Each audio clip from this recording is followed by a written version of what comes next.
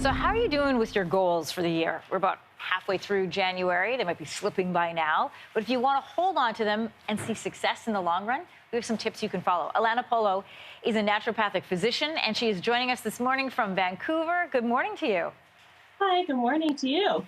Allana, your first tip is to replace, not eliminate. What does that look like? Yeah, so we know a lot of people have a very hard time sticking to their goals. Studies show over time the middle of February is when people tend to drop off. So sometimes people try to go cold turkey, and that can set you up for failure by just trying to eliminate a habit completely. So instead, I recommend baby steps where you replace a habit with something a little bit more manageable instead of just eliminating it cold turkey.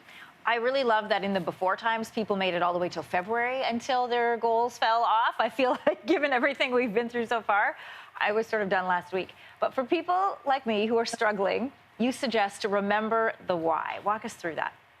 Yeah, I think it's you, me, a lot of others, we're struggling. It's a different year this year for sure. But I think having a strong why helps you stick to your goals because it connects you a little bit deeper as to why you're doing this. So, if you're trying to lose weight because you have young kids, then always remembering that or having a picture or a visual or a mantra just to bring you back to that why might help you deeply connect to the goal and help you stick to it in a moment of weakness. Love knowing what is your why.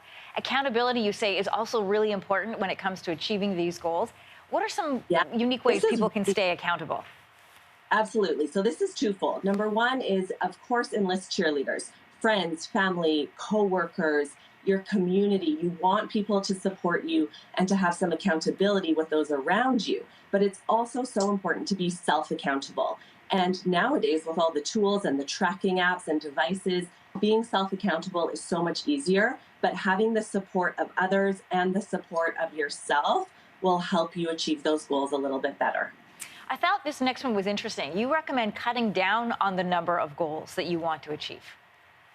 Yeah, so again, ambitious. Some people set 5 goals and instead limit 1 to 2 goals and master them. See them through, do them well, and then if you've accomplished that, then you can move on to 3 or 4. But so often I hear people just set the bar a little bit too high with the number of goals and the number of changes they're trying to make. So again, limit it and go baby steps. Just because it's not January doesn't mean that you can't master a 3rd goal or a 4th goal at any time throughout the year. Well, that leads me to my next question. What do you suggest if people set goals and they can't seem to make them work? They can't stick to them. Do you just scrap it all and try next year?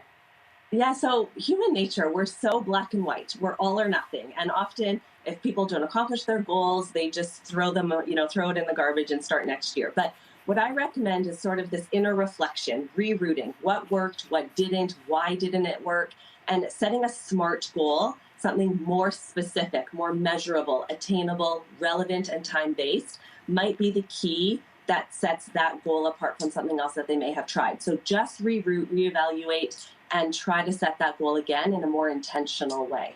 Yeah, we started doing this with our kids, setting SMART goals, not just having them, aim at something, but actually have a bit of an action plan to go with it.